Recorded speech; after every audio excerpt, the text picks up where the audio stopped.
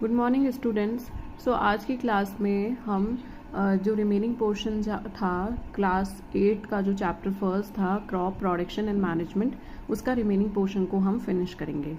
So we were studying about the agriculture practices कि किसी भी क्रॉप को प्रोड्यूस करने में क्या क्या एग्रीकल्चर प्रैक्टिसेस होती है। उसमें yesterday we had discussed about the point number 3 which was manure and fertilizers. Now उसके आगे का जो पॉइंट होगा जो एग्रीकल्चर प्रैक्टिस है वो है irrigation. So let's get started. The process of artificial supplying of water. Irrigation क्या होता है कि हमने सबसे पहले तो हमने क्या किया, क्रॉप ली, उसको मिट्टी में डाला, उसके बाद में उसको न्यूट्रिएंट्स दिए in the form of manure and fertilizers. अब उसको हम क्या देंगे, पानी देंगे।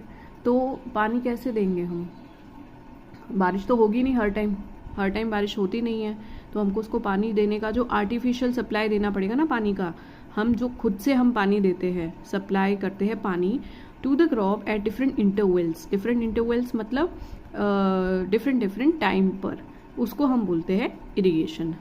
सोर्सेज क्या होते हैं इरिगेशन के, हम वेल से दे सकते हैं, पॉन्ड से पानी दे सकते हैं, रिवर से दे सकते हैं, लेक से दे सकते हैं, डैम्स एंड द केनाल्स।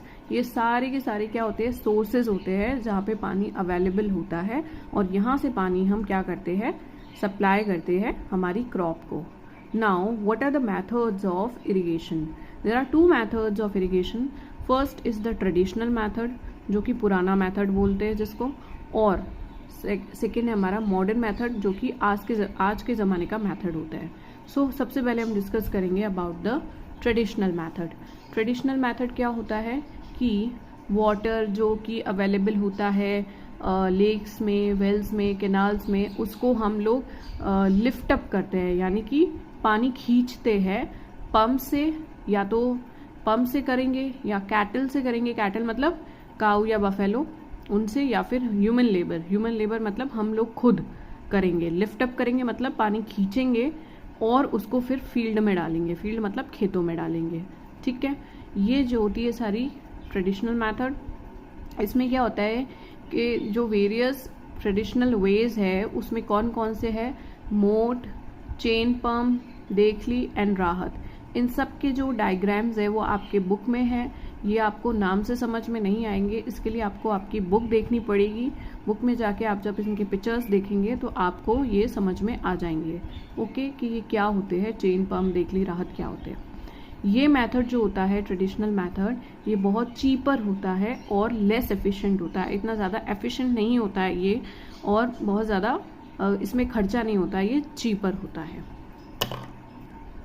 जो सेकेंड मेथड होता है इरिगेशन का, वो होता है मॉडर्न मेथड ऑफ इरिगेशन। इसमें सबसे पहले आता है स्प्रिंकलर सिस्टम।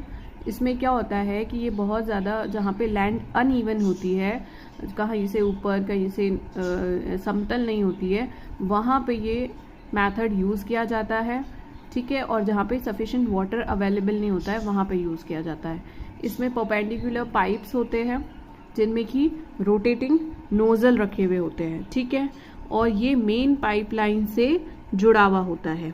जब वाटर मेन पाइपलाइन से जैसे ही आप वाटर स्टार्ट करोगे तो ये क्या होगा, पानी जो है वो रोटेटिंग नोजल से निकलने लगता है। आप देखते होगे ना, खेत पे लगे हुए होते हैं, चारों तरफ ये ऐसे ऐसे घूमता हुआ रहता है, सब जगह वो पानी देता रहता है खेत में, ऐसे इस टाइप का कुछ बना हुआ होता है, और ये घूमता रहता है, और इससे जो है फाउंटेन की तरह सब जगह पानी गिरता रहता है। और ये बेसिकली हरियाणा और राजस्थान स्टेट्स में यूज़ किया जाता है स्प्रिंकलर सिस्टम। नेक्स्ट है हमारा ड्रिप सिस्टम। ड्रिप सिस्टम में क्या होता है कि इसमें ये बहुत ही एफिशिएंट होता है फर्स्ट ऑफ ऑल, और हमने ये पहले भी पढ़ रखा है। इसमें क्या होता है कि डायरेक्टली रूट पे पाइप लगाए जाते हैं, और ड्रॉप बाय ड्रॉप क्या होता है, पानी डाला जाता है, वो डायरेक्टली रूट पे ही जाता है पानी, और कहीं और मिट्टी विट्टी में नहीं जाता है। जिससे क्या होता है कि पानी इतना ज़्यादा वेस्ट भी नहीं होता है, और जहाँ पे पहुँचना होता है वहाँ पहुँच भी जाता है। In this pipes are fitted with the small tubes. Pipe में छोटे छोटे ट्यूब्स लगे हुए होते हैं इस टाइप से। ये जैसे पाइप है तो इसमें यहाँ ट्यूब है, यहाँ ट्यूब है, यहाँ ट्यूब है। ठीक है, और इससे क्या होता है कि जो वाटर है वो डायरेक्टली जहाँ ड्रॉप बाय ड्रॉप गिरता रहता है नियर द रूट्स के पास में, जो प्लांट की रूट है वहीं पे गिरता रहता है। इस तरीके से वाटर बिल्कुल भी वेस्ट नहीं होता है, और ये वहाँ यूज़ होता है जहाँ पे पानी इतना ज़्यादा नहीं मिलता है। और ये बिल्कुल बेस्ट इरिगेशन टेक्निक होती है for the fruit crops, gardens and the trees को पानी देने के लिए सबसे बेस्ट तरीका माना जाता है। इरिगेशन के बाद में जो हमारा नेक्स्ट एग्रीकल्चर प्रैक्टिस है वो है प्रोटेक्शन फ्रॉम द वीड्स। अब जो हमारी क्रॉप है जो उग रही है, उग चुकी है थोड़ी सी, उसको हमको किससे बचाना है? वीड से। वीड्स क्या होते हैं? अनडिजायरेबल यानी कि अनवांटेड प्लांट होते हैं जो कि हमारे एक्चुअल प्लांट के साथ में उग जाते हैं।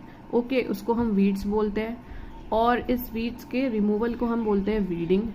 अब ये वीडिंग करनी क्यों इम्पॉर्टेंट होती है? क्योंकि ये वीड सब कुछ वीड्स तो सबसे पहले बहुत ही पॉइजनस होते हैं, तो अगर एनिमल्स उनको खा ले तो फिर मर जाएंगे। और ये वीड्स क्या करते हैं? जो हमारी एक्चुअल क्रॉप है उससे कंपटीशन करते हैं, मतलब जो न्यूट्रिएंट, फर्टिलाइजर, मैन्योर हम हमारी एक्चुअल क्रॉप को देना चाहते हैं वो सारा न्यूट्रिशन ये वीड्स ले लेते हैं अपनी ग्रोथ के लिए। तो ऐसे में जो हमारी क्रॉप होगी उसको तो नुकसान पहुंचेगा, उसको पूरा न्यूट्रिशन मिल ही नहीं पाएगा। इसलिए हमको इन वीड्स को हटाना बहुत ही ज़रूरी होता है, ताकि हमारा जो क्रॉप है, हमारी जो भी हमने क्रॉप उगाई है, उसको पूरा न्यूट्रिशन मिल सके। Okay, now weeds are controlled by the chemicals called the weedicides. Okay, अब इसके लिए कुछ स्पेशल केमिकल्स भी प्रिपेयर होते हैं वीड्स को हटाने के, और उन केमिकल्स को हम वीडीसाइड्स बोलेंगे। जैसे कि एक का नाम दे रखा है यहाँ पे 2,4-D। 2,4-D एक क्या होता है? वीडीसाइड होता है, और ये एक स्प्रे होता है। इसको हम क्या करते हैं? स्प्रे कर देते हैं seeds before flowering and the seed formation से पहले स्प्रे करना पड़ता है हमारी क्रॉप पर, ताकि क्या हो कि वीड्स है वो टाइम से हट जाए। उसके बाद है जब हमारी क्रॉप बिल्कुल मैच्योर हो जाती है, उसके बाद में उसको काटना पड़ता है। तो ये जो क्रॉप जो है जिसको हम काटेंगे पूरी मैच्योर होने के बाद में, उसको हम बोलते हैं हार्वेस्टिंग। ये K/A इसका मतलब होता है नोन एज। ओके, इसका मतलब क्या होता है? नोन एज, ठीक है, शॉर्ट में ऐसे लिखते हैं इसको। Now it is done manually by the sickle और by machine called the harvester. अगर आपको मैन्युअली करना है, अगर आपके पास में मशीन नहीं है, तो ये इस टाइप का कुछ होता है सिकल, आपने देखा होगा, ठीक है, इस टाइप का होता है, इसको बोलते हैं सिकल। तो अगर आपको अपने हाथ से करना है तो इससे क्रॉप को काटा जाता है, और अगर मशीन से करते हैं तो हार्वेस्टर यूज किया जाता है।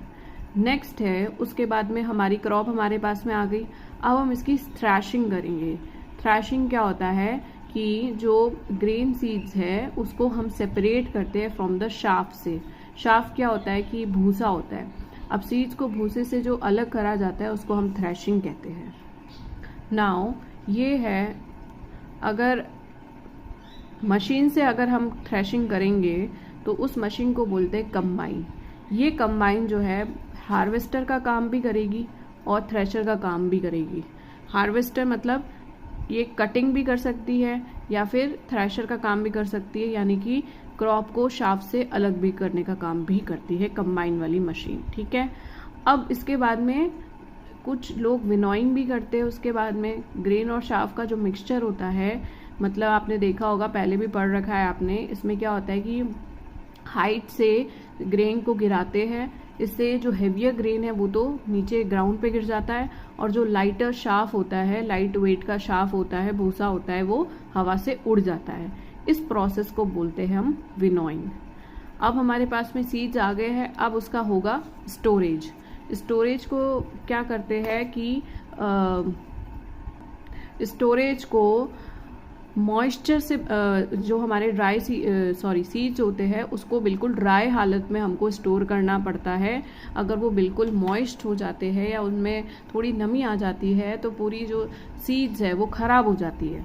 ओके, तो इसको पहले ड्राई करते हैं और फिर स्टोर करते हैं। और घरों में अगर सीड्स को स्टोर करना होता है तो हम लोग उसमें कुछ क्या करते हैं, नीम के पत्ते डाल देते हैं, जिससे for the storing the food grains at the home. और फार्मर्स क्या करते हैं, या तो जूट के बैग्स में करते हैं सीड्स को स्टोर, या फिर अगर लार्ज स्केल पे करना होता है अगर उनको, तो कुछ मेटालिक कंटेनर्स होते हैं जिनको हम साइलोस बोलते हैं, उसमें सीड्स डाला जाता है, जिससे कि वो रैट होते हैं, जो चूहे होते हैं, जो पेस्ट होते हैं, उन सब से खराब होने से बचा सके हमारे सीड्स को।